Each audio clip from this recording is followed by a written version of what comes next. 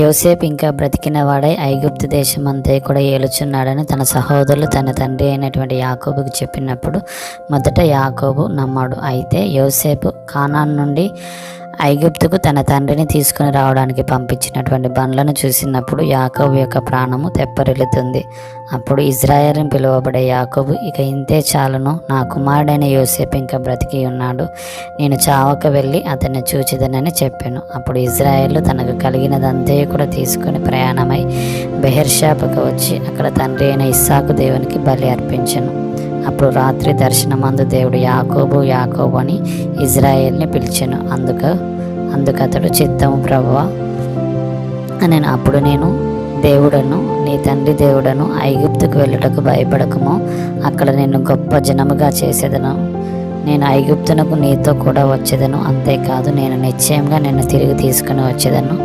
యోసేపు నీ కన్నుల మీద తన చెయ్యి ఉంచినని సెలవేయగా యాకోబు లేచి బెహెర్షాబా నుండి వెళ్ళాను.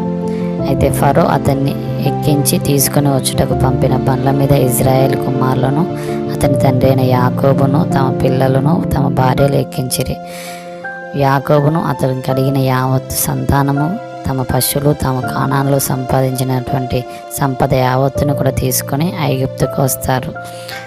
వారందరూ కూడా ఐగుప్తులో గోషేనుకు వచ్చినప్పుడు యోసేపు తన రథము సిద్ధం చేయించుకుని తన తండ్రి అయినటువంటి ఇజ్రాయేల్ని ఎదుర్కొంటూ గోషేనికి వెళ్ళి అతనికి కనపడాను. అప్పుడు అతడు తన తండ్రి అయిన మెడ మీద పడి పట్టుకొని ఎంతో ఏడుస్తాడు. అప్పుడు ఇజ్రాయేల్ యోసేపుతో, నీవు ఇంకనూ బ్రతికి ఉన్నావు, నీ ముఖము చూచి తిని గనక నేను ఇకనూ చనిపోదునని చెప్పాను.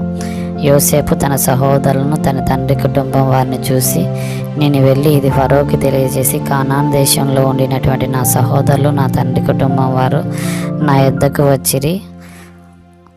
నా తండ్రి కుటుంబం వారు పశువులు గలవారు, గొర్రెల కాపర్లు, వారు తమ గొర్రెలను పశువులను తమ కలిగిన రావద్దు తీసుకుని వచ్చిరని అతనితో చెప్పుదును.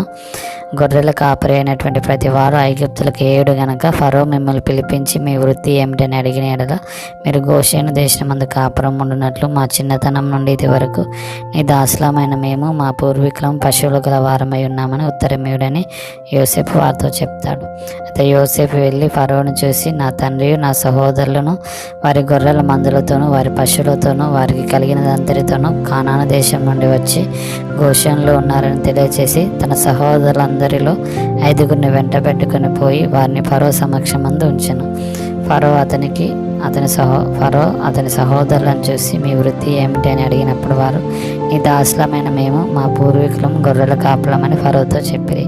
మరియు వారు కానాను దేశమందు కరువు భారంగా ఉన్నందున నీ దాసులకు కలిగి ఉన్న మందలకు మేత లేదు గనక ఈ దేశమందు కొంతకాలం ఉండుటకు వచ్చితివని చెప్తారు.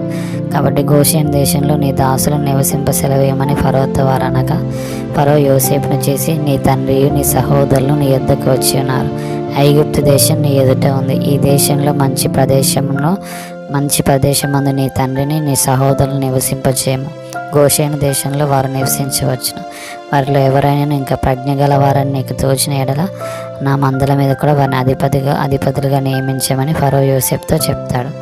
అప్పుడు యోసేపు తన తండ్రి అయినటువంటి యాకోబును లోపలికి తీసుకుని వచ్చి ఫరో సమక్షమందు అతని ఉంచగా యాకోబు ఫరోను దీవిస్తాడు. ఫరో యాకోబును అడుగుతాడు, నీవు జీవించిన సంవత్సరములు ఎన్ని అని అడిగినప్పుడు యాకోబు, నేను యాత్ర చేసినటువంటి సంవత్సరాలు 130, నేను జీవించినటువంటి సంవత్సరాలు కొంచెం గాను దుఃఖ సవితంగానూ ఉన్నాయి అని, నా పితరులు యాత్ర చేసినటువంటి దినాల్లో వారు జీవించిన సంవత్సరాలన్నీ ఇంకా కాలేదని యాకోబు ఫరోతో చెప్తాడు. ఫరోని దీవించి ఫరో ఎదుటి నుండి యాకోబు తర్వాత వెళ్ళిపోతాడు. ఫరో ఆజ్ఞాపించినట్లుగానే యోసేపు తన తండ్రిని తన సహోదరులను ఐగుప్తు దేశంలో నివసింపజేసి ఆ దేశంలో రామ్సేస్ అనే మంచి ప్రదేశంలో వారికి స్వాస్థ్యంనిస్తాడు. మరియు యోసేపు తన తండ్రిని తన సహోదరులను తన తండ్రి కుటుంబం వారందరి పిల్లలకు చొప్పున వారికి ఆహారం ఇచ్చి సంరక్షిస్తారు. దేవుడు వారికి తోడై ఉండి ఐగుప్తు దేశంలో వారిని చాలా విస్తరింపజేస్తాడు, ఆశీర్వదిస్తాడు. ఎన్నో సంవత్సరాల తర్వాత యాకోబు యోసేపును చూడడం వల్ల అతని ప్రాణం ఎంతో కూడా తెప్పరిల్లినట్లుగా మనం చూడగలుగుతున్నాం.